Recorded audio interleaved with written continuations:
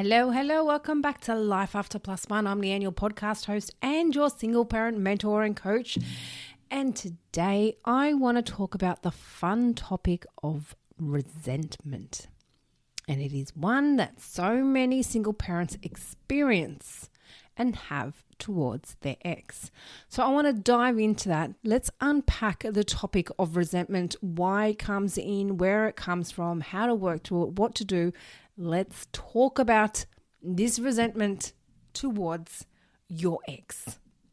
But first, before we do dive in, I do want to talk a little bit more about my services for those of you who are new here and don't know what it's like. You don't know what you can get. Well, let me just remind you, because that is why you're here listening, for some support. And that is what you get here at Life After Plus One, a whole lot of support to help you through where you're at as a single parent. Now, as I always say, this is not just for mums, because I'm a female. A lot of people think I'm directed just to females. No, I'm here for everyone going through their journey as a single parent. I'm not here to gender bash. I'm not here to hate on anyone. I'm not here to spread any anger or hurt or anything like that. I'm here to motivate and uplift you all so you can all find the good in where you're at as a single parent. You can all learn to enjoy this part of your life as a single parent. And the thing is, what I notice a lot in this line of work is that the majority of single parents insist on just doing it alone. They insist on just, I'll make it work. I'll sort it out, which is fine, which is great.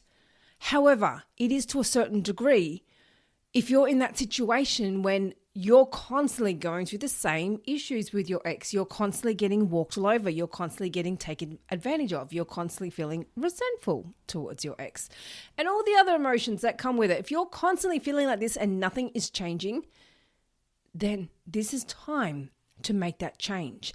And one thing I always like to mention here, and something that a lot of people struggle to understand, they think because their ex is being the asshole, the ex is doing something wrong, or their ex is being manipulative or gaslighting or whatever else they're doing, they think, well, it's not up to me to change if they're the one doing this.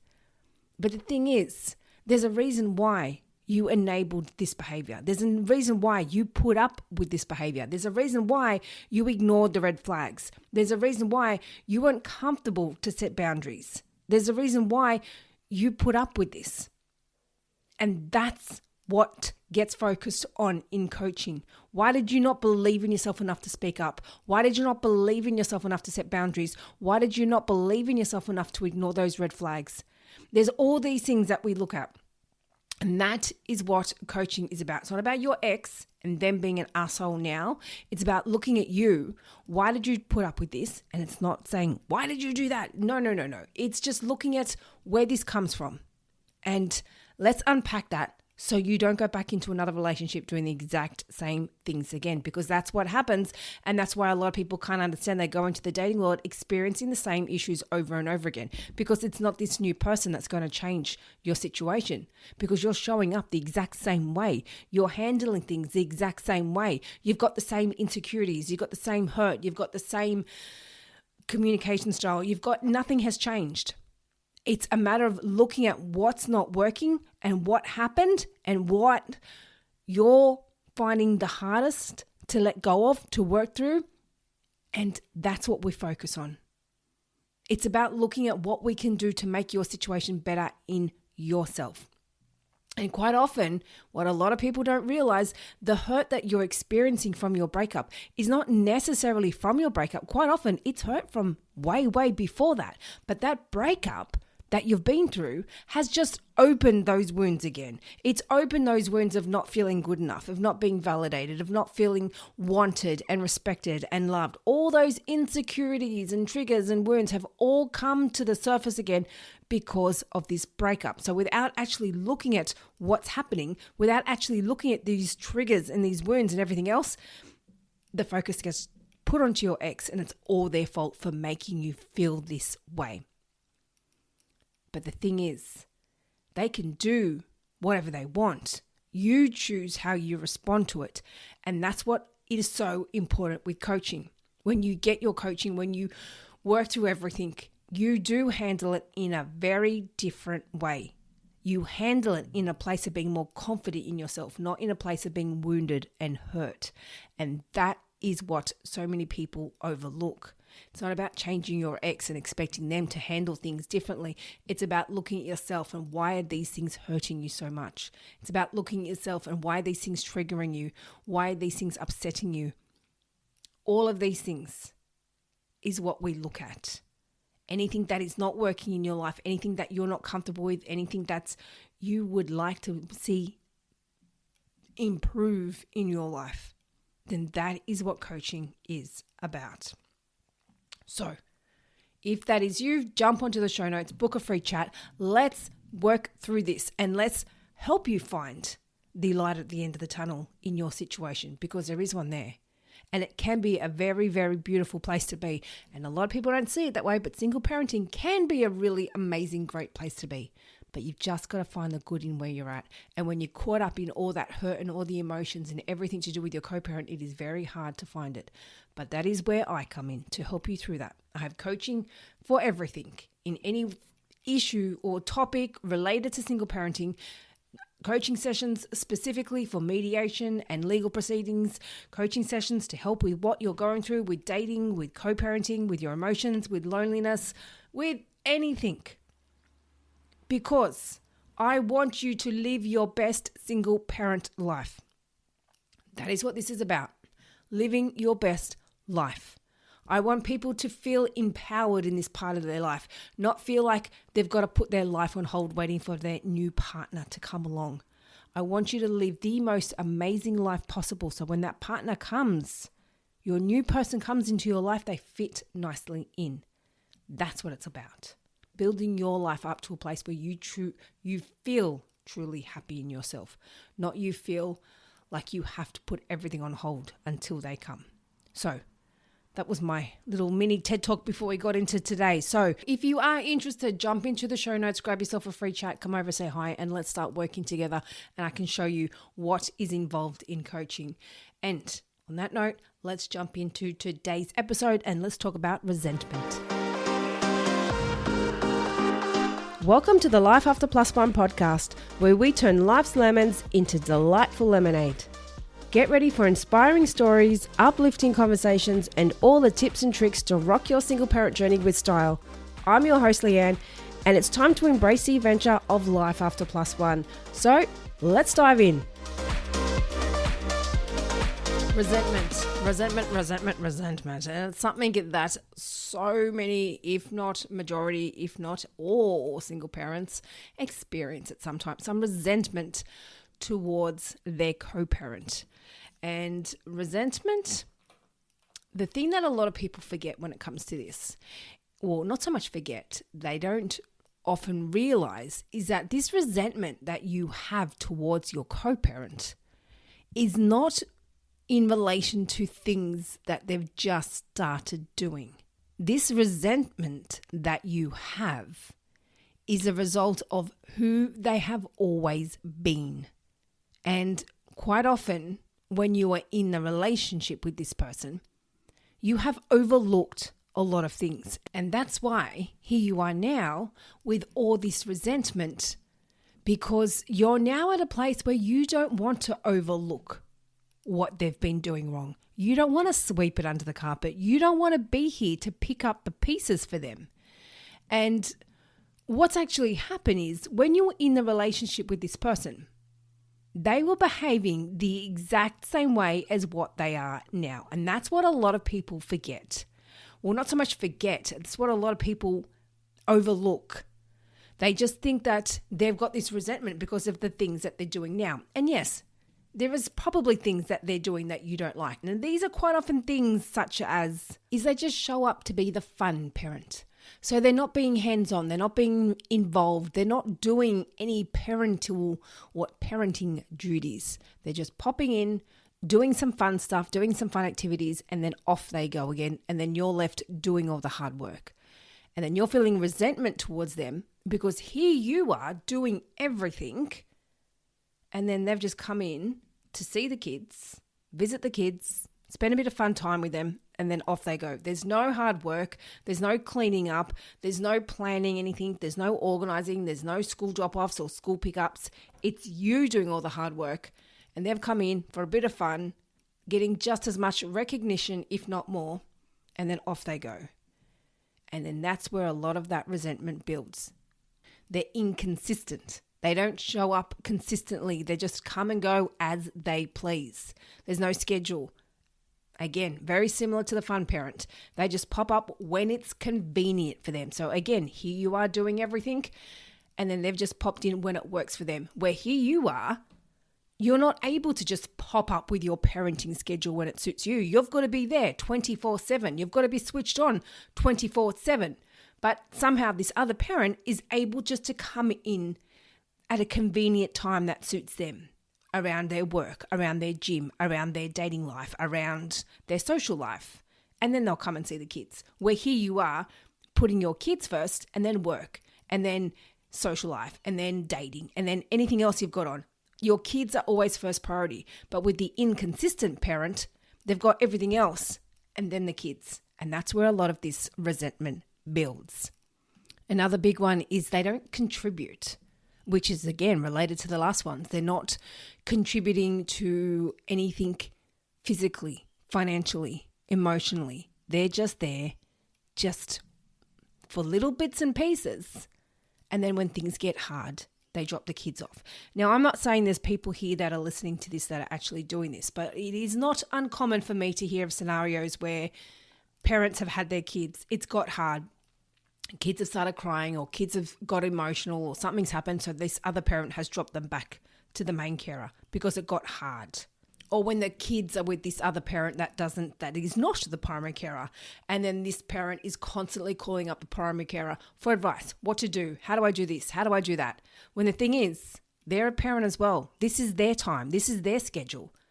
And this primary carer who's finally got this small amount of time free is spending this time having to pick up the pieces and fix things for this other parent because they're not able to figure it out on their own.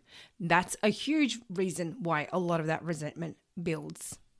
And you would be surprised at how common that scenario is. It happens a lot. Another one is when they don't communicate effectively. You're trying to work out things, you're trying to plan things, you're trying to get in contact with them, and they're just not responding. They're not giving you anything back. They're just not cooperating with you. And that not only builds resentment, but it also builds frustration. They create drama. They create conflict. They expect you to pick up all the pieces whenever something's needed. They just call you and expect you to be there. And this does happen on both sides. This isn't just a man thing or a woman thing. I hear this happen on both sides, and they're constantly getting the other parent to pick up all the pieces because they're not able to figure it out on their own. And this is where all that resentment builds. Now, what I really want to address here, every single point that I have just mentioned, I can 1000% guarantee you that this is exactly who they were like in your relationship. But the thing is, when you were in the relationship with this person, you were able to overlook it. You were able to let it slide and sweep it under the carpet. And for many reasons. One, because you just didn't want the drama. You couldn't be bothered having the drama, so you just thought, I'll just do it myself. Two, because you just thought exactly what I just said. It was just easier to do it yourself. You didn't set boundaries, perhaps. You didn't speak up and communicate your needs. You didn't communicate what you want. And for a large portion of the relationship, if not the whole relationship, you let things slide. Now, I'm not saying you've done something wrong, but in that moment, when these things were happening in the relationship, you just thought you were doing the right thing by not speaking up because you didn't want to have drama, not speaking up because you didn't want it to escalate. And you just thought, I'll just sort it out. And that I'll just sort it out mentality has then spilled out into your co-parenting dynamic because they've been used to you picking up the pieces in the relationship. So they just think, well, of course it's going to be the same. Of course they're going to keep doing it. And that is why that resentment builds, because it started from when you were in the relationship. But you overlooked it. You just let it slide because you just thought that's what you do as a partner. that's what you do. I'm going to be there to help them out. I'm not going to start trouble. I'm going to make everything nice and happy. I'm going to keep the peace. I'm going to do what's right. And now you're not with them anymore. It's like, well, hold on. It's not my job to keep the peace for them anymore. It's not my job to make life easier for them anymore. It's not my job to pick up the pieces for this person anymore. And that's just it. No, it's not. And that's why it is so hard for a lot of single parents to get through that resentment stage, because it's like, well, how do I change this now? How do I change this? Because your ex is not just going to change who they are because you've broken up with them and you're not liking the way they're behaving. Especially when this is how they have always been behaving. This is what they have always done. You have not just gone through a breakup, then all of a sudden they've just stopped doing things. Well, actually, in some cases it does happen. But more often than not, when this resentment is there, this is who they've been. I can guarantee you, if you have resentment towards your co-parent because of the way they communicate, they were shit at communicating when you were with them in the relationship. You just tolerated it. I can guarantee you, if you've got resentment towards your co-parent because they're not stepping up, I can 1,000% guarantee you they did the same thing when you were in the relationship with them. If you have resentment towards your co-parent because they're not hands-on enough, they're not being present, they're not being involved, they're not contributing, they're not physically involved, they're not emotionally present, then I can 1,000% guarantee you that is who they were in the relationship. And I see it a lot, people trying to deal with their co-parent and trying to understand why they're not communicating with them, why they're not being more present. And I'm like, were they present and involved in the relationship? And they're like, no. And I'm like, well, that's your answer. This person hasn't changed. You just tolerated it when you were in the relationship. Now you're out of it. Your blinkers are off. You're seeing it more. You're more aware of what's happening. And now that it's your ex, you're like, I'm not helping them out. It's not my job now. When I was in the relationship, I was happy to do it for them.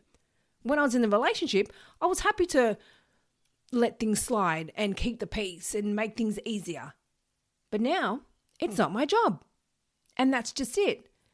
And the hardest thing to really accept in this situation, and this is not any negative criticism on anyone, but where this originally stems from is, yes, their behavior, but their behavior has continued for so long, and you're not going to like this because you've allowed it to happen. So when they've broken up, like I've just touched on, they're going to continue that same behavior because that's who they were in the relationship. That's who they've always been. That's what they've always got away with. They're not just going to go through a breakup with someone and go, oh, I've now got to be a better person. Sometimes that does happen, but very rarely. And the person that does choose to be a better parent is usually the person that is holding the resentment towards the other parent, not the parent that's stepping back. Now, please understand, there is definitely no shame or judgment or anything like that towards anyone that did or may have enabled this behavior for many years. And that's what happens. You do see it a lot. I hear of people that have come out of 15, 20-year marriages or relationships, not always marriages, but they've come out of it and they've got all this resentment and emotions towards this person. But then they realize that it's because of the same things that they were doing in the relationship that you didn't speak up about. So now the idea is to be aware of what is happening, to be aware of what this resentment is from, what it is leaning towards. Because as I've said a couple of times already, this resentment that you have towards them is not about a behavior or a pattern that has just started. And once you are aware of it, that's how you can approach it differently. Because being aware of it, this is what I need to start doing differently so I can handle this differently. So I can stop feeling all this resentment and anger and frustration towards my co-parent. It does take a while to actually get to that place to recognize it, because quite often when you first go through a breakup, and this is something I see very often as well. So again, there's no shame or judgment if you do this, because this is a very, very common thing to happen. And that is when you want to protect your ex. You want to cover up for them. You don't want people to see what actually happened. You don't want people to see the bad side of them. So you protect them. You cover them up. And because you're doing that, that's another reason why the resentment builds. And that's another reason why it's so hard to get through that. Because you can't change the way you're showing up. You can't change the way you're managing this whilst you're still protecting them. And you've got to get through that. You've got to get over that hurdle first and realize it's not my job to protect them anymore. They're a grown adult. This is now their job to sort out. You are going through this exact same breakup. You have your own emotions and feelings and your life. It is not your job to then, on top of all of that, protect and look after your ex, and in the process, do things to make parenting easier for your ex, which happens a lot, whether that be making the plans for them, whether it be buying things for them, whether it be scheduling or anything else. You're doing all the work mentally, emotionally, physically, financially. It's exhausting. You're picking up the pieces for another grown adult who is not really a part of your life anymore. And that is when the resentment just builds to eventually you reach your breaking point. But ideally, we don't want you to get to breaking point. We want you to be aware of this pattern beforehand.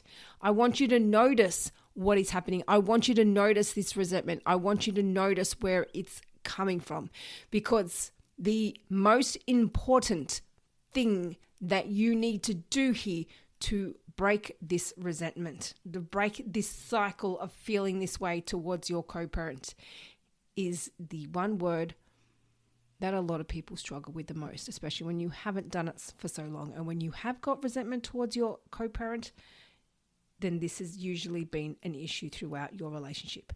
And that is boundaries. Quite often, when you're feeling like this, it's because boundaries have not been set. And this is something I see all too often. When I see single parents come to me and they're telling me certain things and they're frustrated and they're annoyed and their ex is walking all over them and they're not able to communicate things, or they're not able to just be amicable and just sort things out. And then I ask them the question, did you have boundaries in your relationship? Well, no, not really. Well, that's what's happened. That's what's happened. You've pretty much given them a silver platter to walk all over you. And again, I'm not trying to be harsh here or rude, but that's what happens when there's no boundaries in your relationship. They're just going to walk all over you, because even though they may not be doing it in a nasty way or like trying to be horrible towards you kind of way, maybe when you're co-parents, maybe they are, but they're doing it in a way because they've shown, or they've been shown by you, that you're willing to accept that. You're willing to put up with that. And that's what happens when there's no boundaries in place. And when there's no boundaries in place and you've broken up, you've got resentment. And that goes back to kind of what I've just said before. So quite often I see people, they come to me and they had a relationship where they didn't really communicate about things. A lot of things were just either hush-hush, or they didn't really have those serious conversations. And then they've come out of the co-parenting relationship and they need to have these same conversations, but then they're just not able to get anywhere with that because this person never communicated with them when they're in the relationship.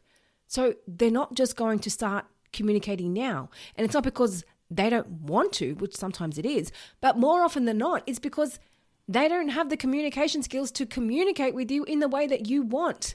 They've never shown up for you the way that you want them to. They've never been able to be there for you emotionally the way that you want them to. You've just swept things under the carpet. You've just pretended everything was fine because you were in a marriage or a long-term relationship, you had kids, and you thought you had to make it work at all costs. And then quite often, it's that whole, trying to be the nice person, trying to be the people pleaser, trying to do the right thing. And that people pleaser mentality is the biggest one where you're going to deal with that most resentment, because it's those people that want to keep pleasing everyone else that you're putting your needs on the back burner. You're putting your needs as last priority. So here you are doing everything for everyone else, whether it be your co-parent, your kids, your family, your work, or anything else. You're doing everything for them. And then all of a sudden you've got resentment towards everyone. It's like, well, why is no one looking after me? Because they know that you're fine. They know that you're the strong one. They know that you're the tough one, because you've never complained about having to do it all, because you just so openly do it anyway. So they just think, oh, she must like doing it, or he must like doing it. So they'll just do it anyway. They don't think it's a problem for you because, one, you've never expressed that it's a problem, because you just keep doing it anyway because you want to keep the peace. And on top of that, you've never communicated it's a problem because you don't want to say anything because you want to keep the peace. You don't want to tell people because you don't want to create drama. You don't want to come across as looking difficult. You don't want to be hard work. So you just don't say anything. You just do everything for everyone else. And then you end up feeling resentment towards everyone. And in this situation, it's your ex. So, moral of the story is the resentment that you're holding onto is from things that have not just started. There have been things that have been happening in your relationship this whole time that you have overlooked. And two, this resentment that you're holding on to is because there's a very high chance that when you were in the relationship, you probably didn't set boundaries. You probably didn't speak up and communicate about what you wanted. You probably overlooked a lot of things. You probably just didn't speak up because you didn't want to have any drama. And now you're on the other side of it all. You're not here to be your ex's best friend. You're not here to pick up the pieces for your ex. You're not here to make your ex's life easier. And yet now you're still in a situation where you feel like you've got to, because your ex has been so used to you doing it. And you're like, well, shit, how do I get out of this? How do I stop this? You've got to start setting boundaries. That's where it stops. Setting boundaries and speaking up for yourself, believing in yourself, having confidence to have a voice, having confidence to say, no, I don't agree with that. I don't like that. We're not doing that. Having confidence to give them tasks to do as a parent that is part of their scheduled time instead of you doing everything. Having confidence when they call you up in their scheduled time asking you to do something, can you say, no, sorry, I can't do that. Sorry, I'm not able to help with that this time. Or saying, you'll be fine, I trust you, you'll manage. But if you keep taking on these little jobs and if you keep taking on these extra responsibilities in their time, then they know no matter what, you're just always going to say yes. So they're just going to keep falling back on you. And then you're building that resentment because you're like, well, why is it up to me? Why do I have to keep doing this? You don't have to. But the reason is you're not saying no. That's the thing that needs to change here. You've got to start saying no. That resentment is coming from you not putting yourself as priority. That resentment is coming from you not prioritizing what you want and what you need. That resentment is coming because you haven't had the confidence to speak up and say no. You've convinced yourself, or you've been raised with the mentality that speaking up or having a voice or saying something different is going to be difficult, is going to be drama, is going to create conflict. So you just think, oh, I won't say anything at all then. And then what happens? That resentment builds. It's going to be that endless cycle of this resentment and frustration and anger and everything else until you put a stop to it. Because your ex is not going to change. This has been who they are your whole relationship. This is who they are now. Your ex is not just going to change and handle things differently because you are a co-parent, because you're broken up, because you share kids. And this is what I see a lot of single parents think is going to happen. They just think, well, if only my ex handled things differently, if only they communicated better, if only they showed up, if only they did this. But realistically, they were never like that. They were never able to do that. They were never able to step up the way that you wanted. They were never able to communicate. Quite often I see it when you're when single parents are having issues communicating with their co-parent, but yet when they were in the relationship, they never communicated. There was someone that just walked out. There was someone that just avoided conflict. There was someone that just didn't communicate about the hard topics, and they can't understand why they're not able to communicate with them now. Because they never were able to communicate. This is just who they are. This is their communication style. This is how they show up. This is how they have always been. But I see so many single parents get caught in the cycle of hoping they will just change, hoping their ex will do something different. They're not. I'm sorry to be the one to break it to you, but your ex is not going to change unless they start listening to Life After Plus One, unless they come and speak to me at Life After Plus One and I help them through this. But more often than not, when you're dealing with someone like this that doesn't deal with communication, doesn't know how to handle communication, that isn't emotionally switched on, that doesn't want to deal with things in an emotional, mature way, then those are the people that are probably not going to come to someone like me because they don't see anything wrong in what they're doing. So the point here is that this person is just more often than not going to stay this way. So the only thing that can change here going forward is how you react, how you handle it, how you respond. And that is key. That is what I want you all to remember. When you have resentment towards your co-parent, it is not about hoping from something or hoping for something different from them. It is about you looking at yourself, looking inwards, looking at, okay, where is this coming from? What's happened here? And how can I do something different here? How can I handle this different? Because this person is not going to change. So what can I do? And as I always say, this is what we do in coaching. This is what we do. So if you're not able to identify that, which quite often it's not so easy. When you're in it, when you're in the thick of it all, when you've got all the emotions going around you, you've got your ex in your ear with all this stuff, you quite often are not able to see the real core issue here. And that's not because you're doing something wrong. That's because you're just in the thick of it. But when you speak to someone like myself, I'm able to take those blinkers off. I'm able to make you aware of this is what's happening. This is what we need to do here. This is what we need to focus on. And that's what coaching is about. Because if you can do it yourself, great. But like I just touched on, quite often when you are in it, it's hard to actually identify what needs doing and how to actually implement those changes. And one thing I've said before recently in a reel, you can watch all the reels. You can listen to the podcast. You can read all the content. It's not more information that you need that's going to make your life different. It's actually implementing these tools. It's actually knowing how to make the changes. It's actually understanding what your triggers are. It's about actually understanding what is happening here. Why are you enabling this? Why are you allowing this behavior? Why are you not confident in yourself to speak up? Why are you not confident to set boundaries? Why are you not confident enough to say no? Why do you not believe in yourself? Because quite often that's where it stems from. You're not believing in yourself enough to speak up and have a voice. And that is one of the main things that we work on in coaching, because that is one of the main core issues that I see with pretty much every single parent that comes to me. They're not believing in themselves. And it's time to light that spark up again. It's time to start believing in yourself again and let go of this resentment and focus on you and building that life that you truly want. That's what it's about, my friends. So I'm going to wrap it up, but I truly hope you got something valuable from this episode. Please start implementing this, start noticing, start being aware, and let me know. Let me know if this has made a difference in your world.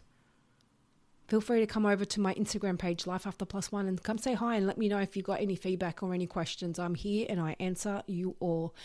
And if you have any feedback from the show, feel free to give me your review, share your thoughts, share your comments, and share it with your other single parent friends.